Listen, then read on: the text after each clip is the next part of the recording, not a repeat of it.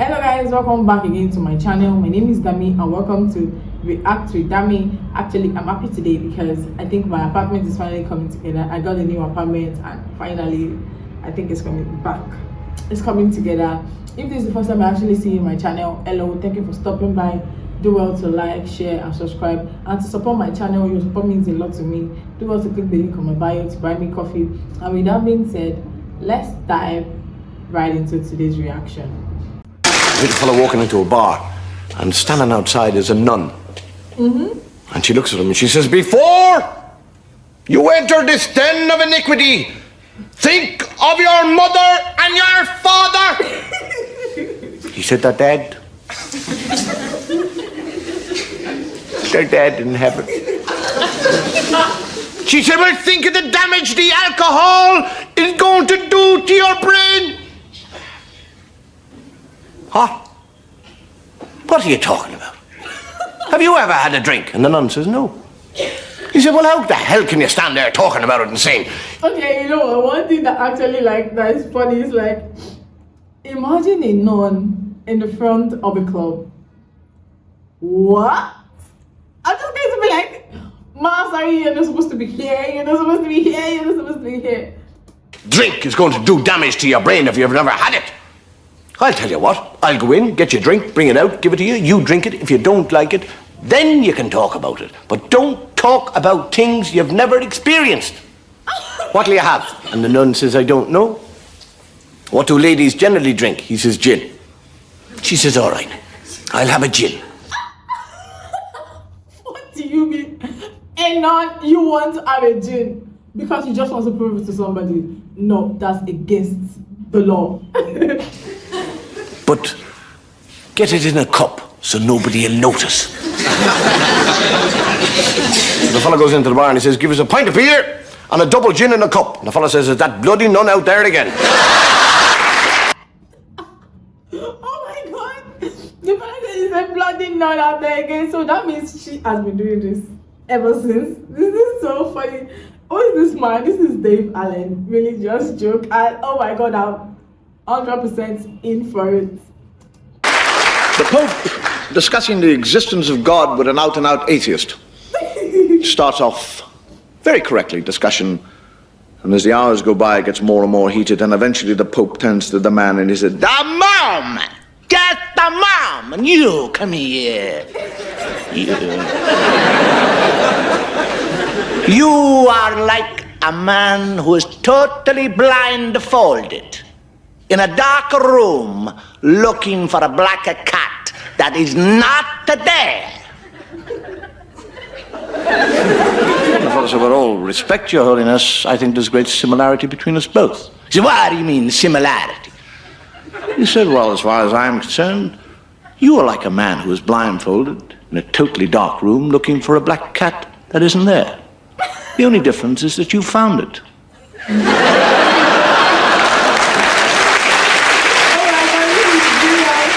But a nun gets up in the morning and leaves and walks down the corridor. And another nun looks at her and says, it's a difficult thing to say, another nun, and says, "You got out of the wrong side of the bed this morning." And she goes on down, and another nun says, "You got out of the wrong side of the bed this morning." And this happens 15 times, and by then she's livid, and she meets the Mother Superior. And the Mother Superior is just about to open her mouth, and the sister says, "Don't tell me that I got out of the wrong side of the bed this morning!" And the Mother Superior... Don't tell me, but honestly, I need to know what other people were saying. But this is really nice. This is the first time with me listening to Dave Allen. What do you think about this? This is 3 minutes in and I'm already cracking up so bad. Superior said, "I wasn't going to say that. I was just going to say, what are you doing with the bishop's shoes on?" No wonder you got out of the wrong side of the bed and you're wearing the bishop shoe. What really went down?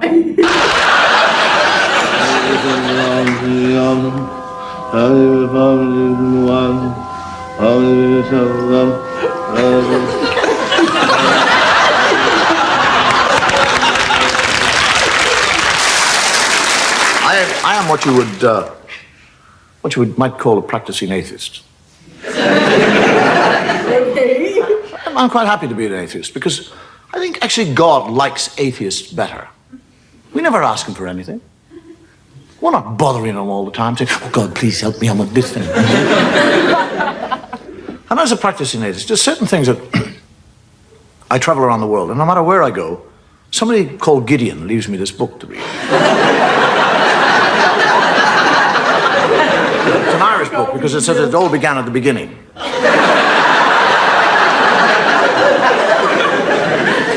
There are certain things that, when I read the Bible, and I do read the Bible, that I find difficult to understand. I mean, if God has been there forever, what was he doing before he got to us? Come on. I mean, what was he out there doing? Was he sitting there going, bored today, what'll I do? I mean, suddenly from nowhere, he suddenly decided to create a world. I'll make a world, that's what. Make a world, yes, that's what I'll do. Rivers, seas, boom, mountains. Boom, everything is there. I want a garden. I'd like a nice garden. Whack! Garden bee. Oh my God, this is so funny. Hate gardening. Need a garden. Garden, spit and dust. Adam. And Adam, never. But you know what? For him to know, like, Adam was made out of the dust, right? I think that means he actually knows the Bible a little bit. Once says, where in the name of God did I come from? I mean, he's 40 years of age. He has no child, he has no recall. He doesn't say, how did I get here? But he's quite happy. He just kind of trundles around the garden, working away. And God is looking at him. And he sees that Adam is happy.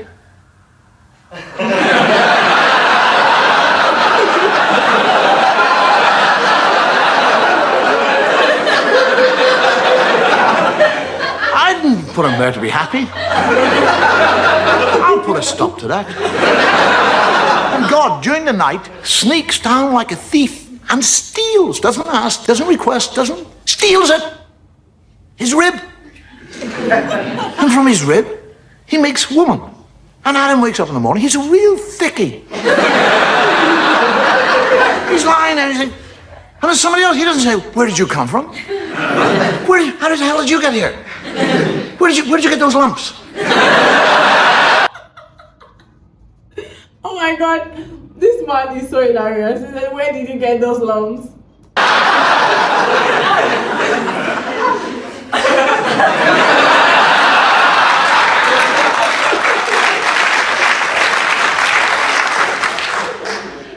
Just goes out and goes gardening. And God comes down and has a conversation with Eve and tells her that she can eat of any fruit in the tree, in the whole garden, with the exception of one fruit tree. He's talking to a woman. He actually tells her not to eat of the fruit. And then when she said, which tree can't I eat? He said, that one over there. He points it out to her. But what do you mean? Do you actually mean like women don't listen? I'm actually paying at this point. And when he goes and hides, and she sneaks up to the tree, and a snake comes down and has a conversation. A snake. Now, if I see a snake, I'll back off. One starts talking, I'll crap myself.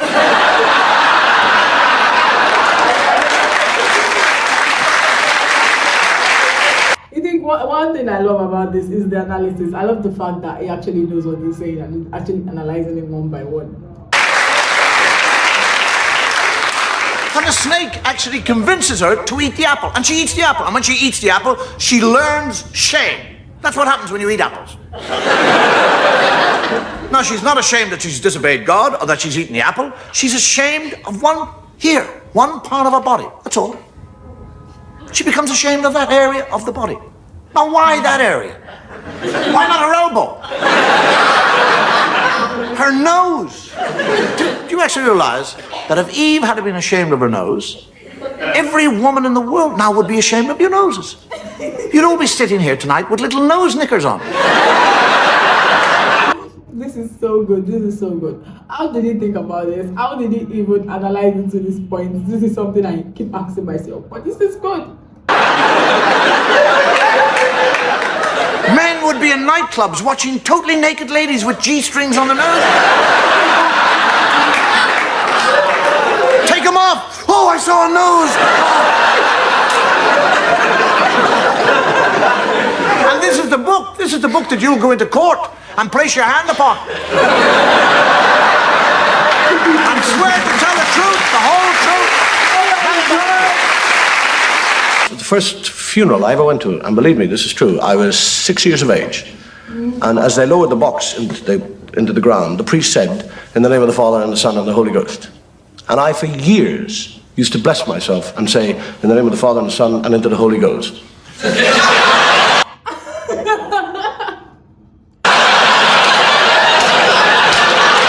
One final custom that we have in Ireland regarding death and a funeral is that only one person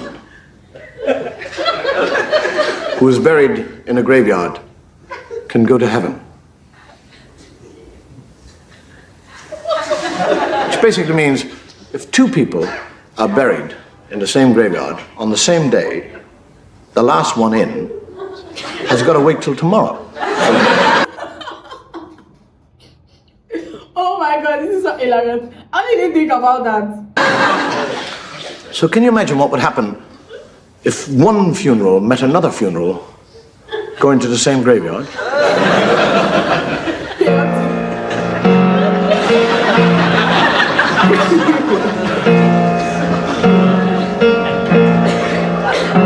I can't actually believe they actually did a visual representation of that. This is so funny.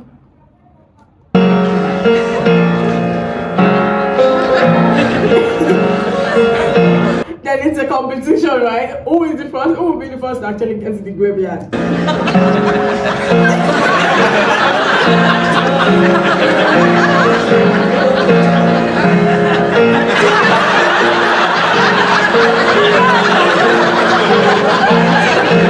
I think these old jokes are the best. They are actually so plain and so nice.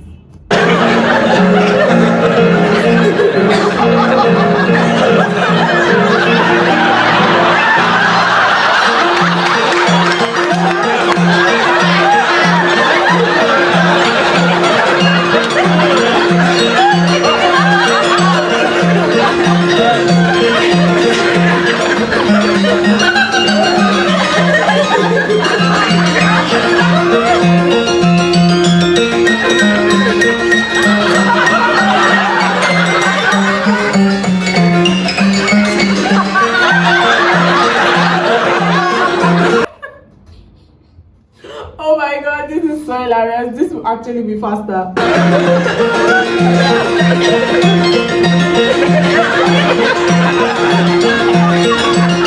Now this is a battle between the legs and the wheelchair. Which actually go first? Is it the legs? Our legs can just carry us as much as a little, but the wheelchair is faster. I need to see. So who is actually going to be the first?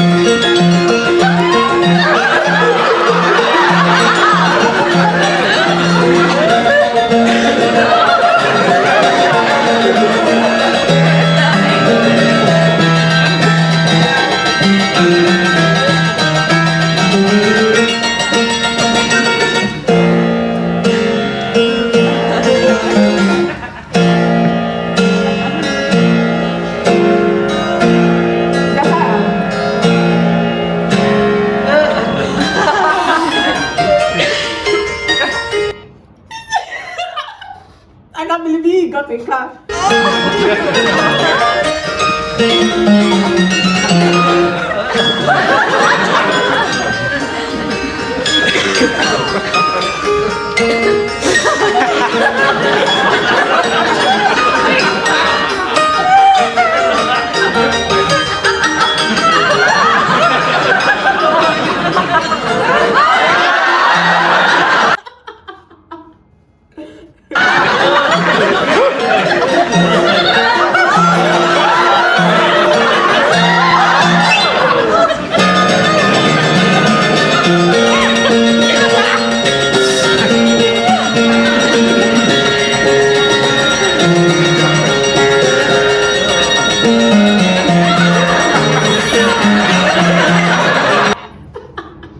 Jumping over the fence is so real. You know what? You know those times when you're actually like late, or there are a lot of people around, and you be like, come on, shift. I'm gonna jump over the fence.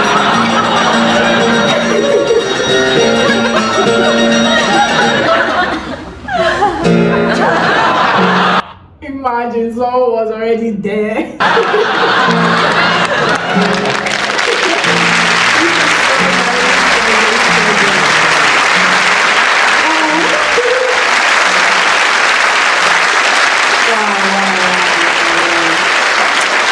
Little fella dies and goes to heaven, and some people say, would you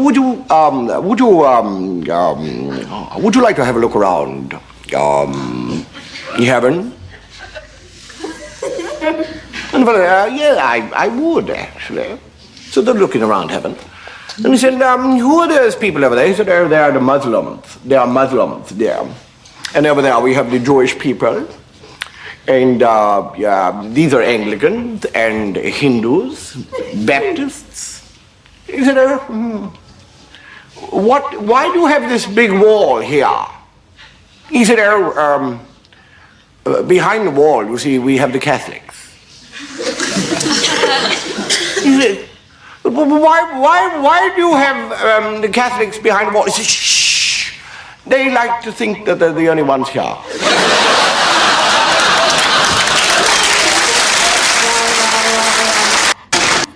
This is so good. Oh my god. You know, these are times when a joke is just a joke, and they were able to crack joke without too much. You know, now everybody's using ladies, you know.